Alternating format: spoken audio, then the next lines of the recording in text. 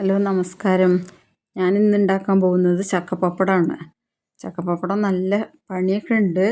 ചക്ക ആദ്യം നമ്മൾ ചുള പറിച്ച് ഇതുമാതിരി കഷ്ണങ്ങളാക്കി കുക്കറിലിട്ട് വേവിച്ചെടുക്കുകയാണ്. മഞ്ഞൾപ്പൊടിയും ഉപ്പും ഇട്ടിട്ട് ഫസ്റ്റ് വേവിച്ചെടുക്കുന്നു.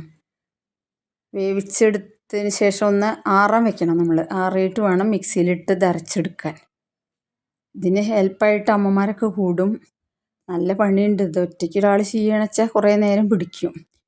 എന്നിട്ട് ഇതിൻ്റെ ചൂട് പോയതിന് ശേഷം നമ്മൾ ഒരു പാത്രത്തിൽ ആറാൻ വെച്ചിട്ട് മിക്സിയിലിട്ടിട്ട് അരച്ചെടുക്കുന്നു. മിക്സിയിൽ കുറേ പപ്പടം ഉണ്ടാവും ഒരു ചക്കയിലൊക്കെ. നമുക്ക് അരച്ചെടുത്ത് ഇതിലേക്ക് എള്ള്, ജീരകം എല്ലാം ചേർത്തിട്ട് നമ്മൾ നല്ലോണം ഇതാക്കുന്നു. ഫസ്റ്റ് നമ്മൾ വേവിക്കുമ്പോൾ തന്നെ മഞ്ഞൾപ്പൊടി ഉപ്പ് ഇടുകൊണ്ട് ഇപ്പോൾ അതിൻ്റെ ആവശ്യമില്ല. വേണമെങ്കിൽ ഇതിൽ മുളക് പൊടി ചേർക്കാം. മുളക് പൊടി ഇഷ്ടമുള്ളവർക്ക് എരിവ് വേണമെന്നുണ്ടെങ്കിൽ മുളക് പൊടി ചേർക്കാം. പുളിച്ച ചക്കയിലും നമുക്കിങ്ങനെ ചെയ്യാം. നല്ല വാഴയില കിട്ടുന്നവരാണെന്ന് വെച്ചാൽ വാഴയിലയിൽ ചെയ്യാം. ഇതിപ്പോൾ നമുക്ക് ഇല കമ്മിയായതുകൊണ്ട് പൊടുകൊണ്ട് ഇല ഉപയോഗിച്ചിട്ടാണ് ചക്കപ്പപ്പടം പരത്തി വയ്ക്കുന്നത്. അതിൽ ഫസ്റ്റ് എണ്ണ തേക്കണം. എണ്ണ തേച്ചിട്ടാണ് ഈ ചക്കപ്പപ്പടം അരച്ച് വെച്ച മാവിനെ ഇതിലേക്ക് നമ്മൾ അധികം കനലില്ലാത്ത മാതിരി പരത്തുന്നു.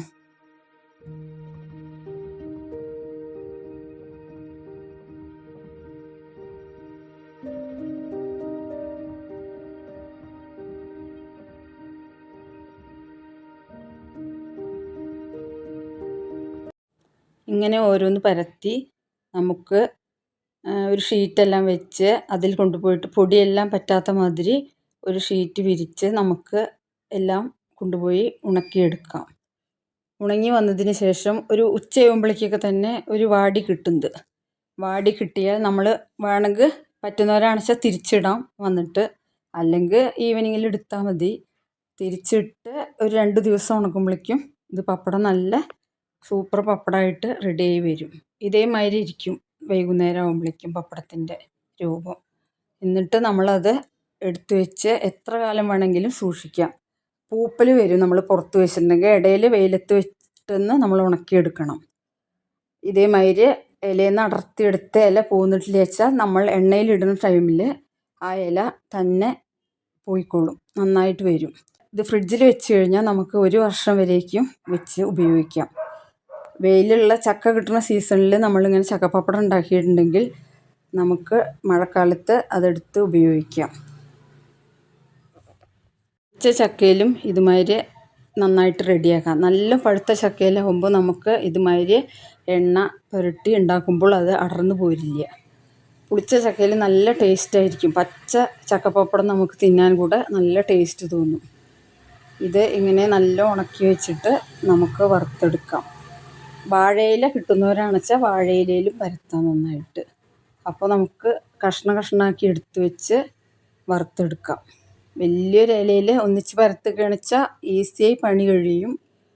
ഇതിപ്പോൾ ഇല ഇല്ലാത്തതുകൊണ്ടാണ് അങ്ങനെ നമ്മൾ പരത്തിയത്. ഇതേമാതിരി സൂപ്പർ പപ്പടം റെഡിയായി വരും. ചട്ടിയിൽ എണ്ണ വല്ലാതെ മൂക്കാൻ പാടില്ല, കരിഞ്ഞു പോവുള്ളൂ. അതുകൊണ്ട് അത് കുറച്ച് സിമ്മിൽ വെച്ചിട്ട് വേണം നമ്മൾ ചെയ്യണമെന്നുണ്ടെങ്കിൽ. ചെയ്താൽ നമുക്ക് നല്ല സൂപ്പർ ചക്കപ്പപ്പടം റെഡിയായി കിട്ടും.